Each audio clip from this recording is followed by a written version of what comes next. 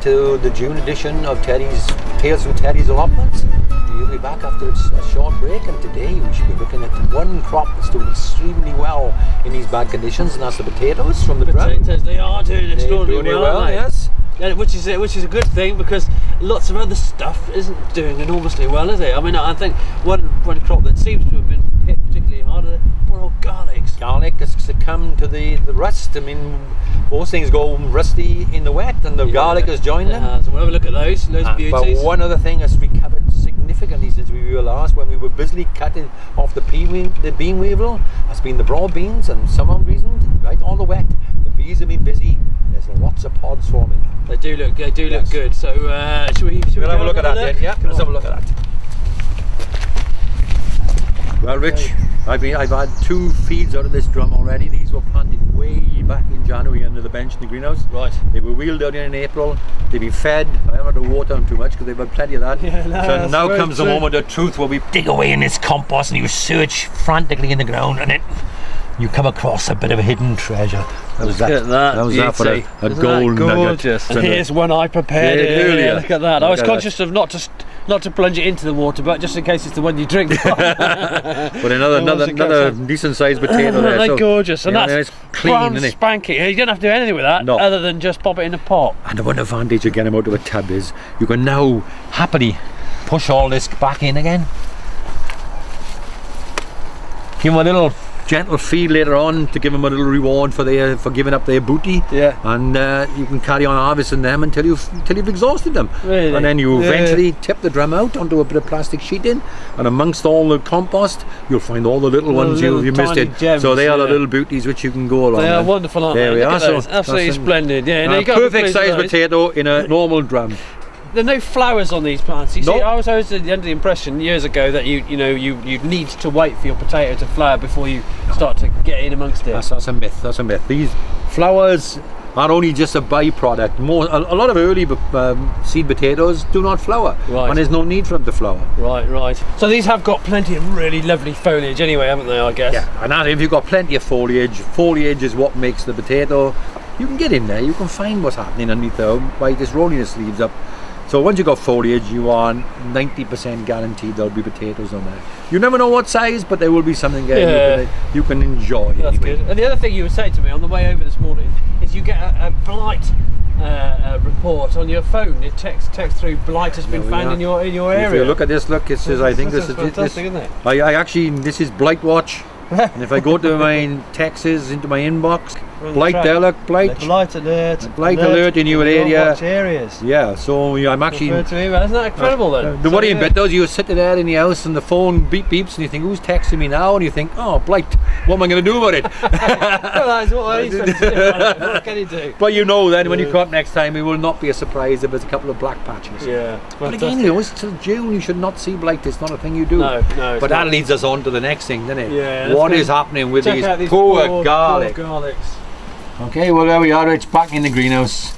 Here is poor old garlic. Look at those. You know, everything rusts in the rain, and the poor old garlic has joined them. You can't be very happy with that. I can't be very happy with that. I've had to take these out. I noticed you were picking some of the bigger ones. I was, yes. Let's get the real. Yeah, some of them really have. Yeah, but that potentially.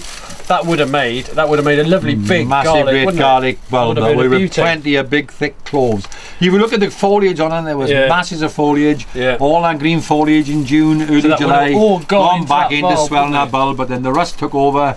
All the green is gone, so the photosynthesis process has disappeared. Yeah. They've had to come out, or they've just rotted in position. Some sort of rust on there, isn't it? It is. Look at that rust. And that's the problem being on an allotment, that when it's in the allotment, those spores get picked up in this wind, get deposited by the rain onto these various plants, and here we are. The exact thing of it is complete rusty green top. Well, no longer rusty green top, rusty tops. But you see, you don't usually get rusty until the end of the year. No, it's a knock things then, doesn't it? You tend to get that in September on some of your leeks, because the evenings are cool and damp. You do not expect cool, damp evenings in June. Right. You expect the humidity to be extremely low, and the rust spores cannot survive without humidity. Yeah. So one of the casualties of 2012. What a shame. I mean, you're going to get some, aren't you? Yeah, I'm going to have something. Yeah, I'll have something other than. But Not, I mean, am I going to have enough to last me the winter? Not finished. No, they probably won't have they enough are to last not. you the winter, They're not going to be. No, and I mean the purples are made a reasonable size, but the whites are just no good at all. They're not even the size of a clove, let alone. They're very expensive, aren't they, garlic to buy as well? Yes, though? they are. I've just it's a hell of a been shame. buying quite a few recently, and they are remarkably expensive. It's definitely a crop it's worthwhile growing yourself. That's right. But and again, you would expect to have garlic 12 months of the year. You would never ever expect to buy garlic. No, that's good. So right, there we are, disaster. Let's go and have a look at these broad beans. One of their successes. One of the successes. Good stuff. Yeah. Well, I mean, considering it was only a matter of a couple of months ago, we were actively attacking the bean weevil on these to make sure they grew. And they were about that high, weren't they? They were about that high. We had that little net. We got rid of the bean weevil. These have recovered. They still nibbling them. They were still have a go at them. Yeah, you can see the little corrugated edges of the leaves. But once the plant is big enough, it's not really a problem. But the beauty of them is, somewhere in all this rain, the bees have been extremely busy, and each bean is well and truly loaded with pollinated beans forming there. They are absolutely fabulous. What we've lacked in numbers this year, we're obviously going to lack in terms of quantity of beans. I just saw a lovely little common carder bee just buzzing around then, but when you look at the amount of flowers on these beans and you look at the amount of pollinators that have been about, it's a wonder that they've been as well pollinated as well as they have. That's right, and one of the beauties I had along the path up there, I'd left grow some lamanthes or the post eggplant, and on the good days they were plastered, and I think they got fed up with the yellow and white and then appeared on the white and black. Well, and they do need a diverse diet, so they came along and that attracted them to the patch. They got to the patch and then they went off and did their job properly, so that's good. So can we just, I know you don't really want to pick any beans yet, but can we just crack one open? I didn't want to take the liberty of here we go. Oh, look at those. Oh, look at that. That's a stunning. I thought you want to taste these now. Only reason you want me to crack it open, you want to taste them. Well, lovely, aren't they? So, as a bean, that's the best time to have them. But it is lovely. There's so much waste in there. They are.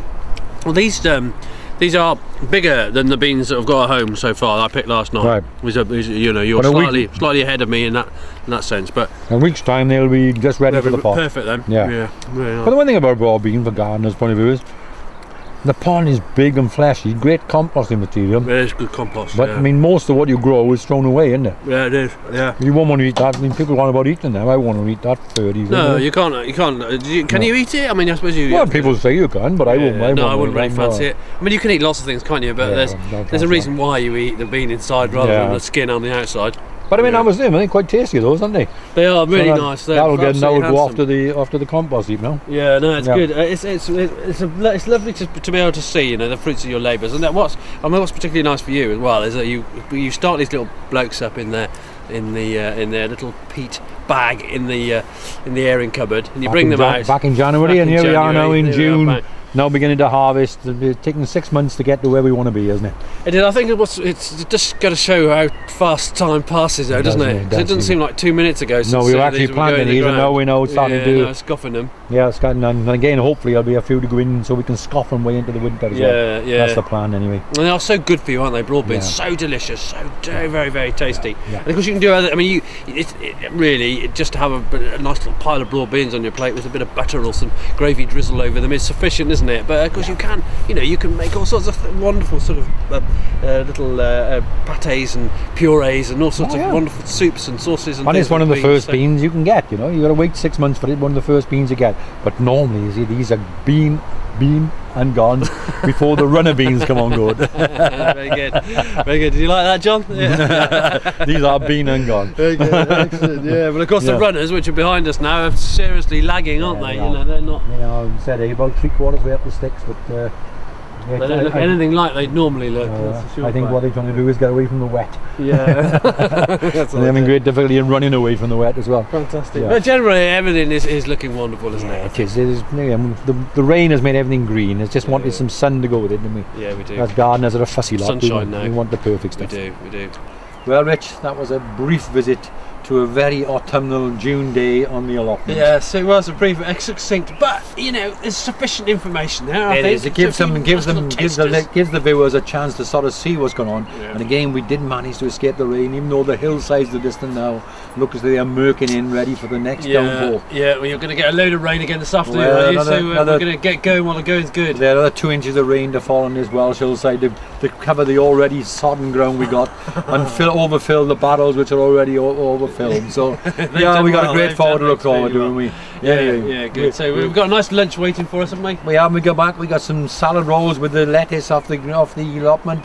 Unfortunately, the tomatoes you saw are not ready yet, but they will be there soon. They're not far off. No, they're not far off. And we got some. I think we are then following some lovely happy pie. Lovely. So we shall now get out here and escape this before the rain falls. Let's do that. Goodbye for me. It's goodbye from me. Goodbye. Goodbye.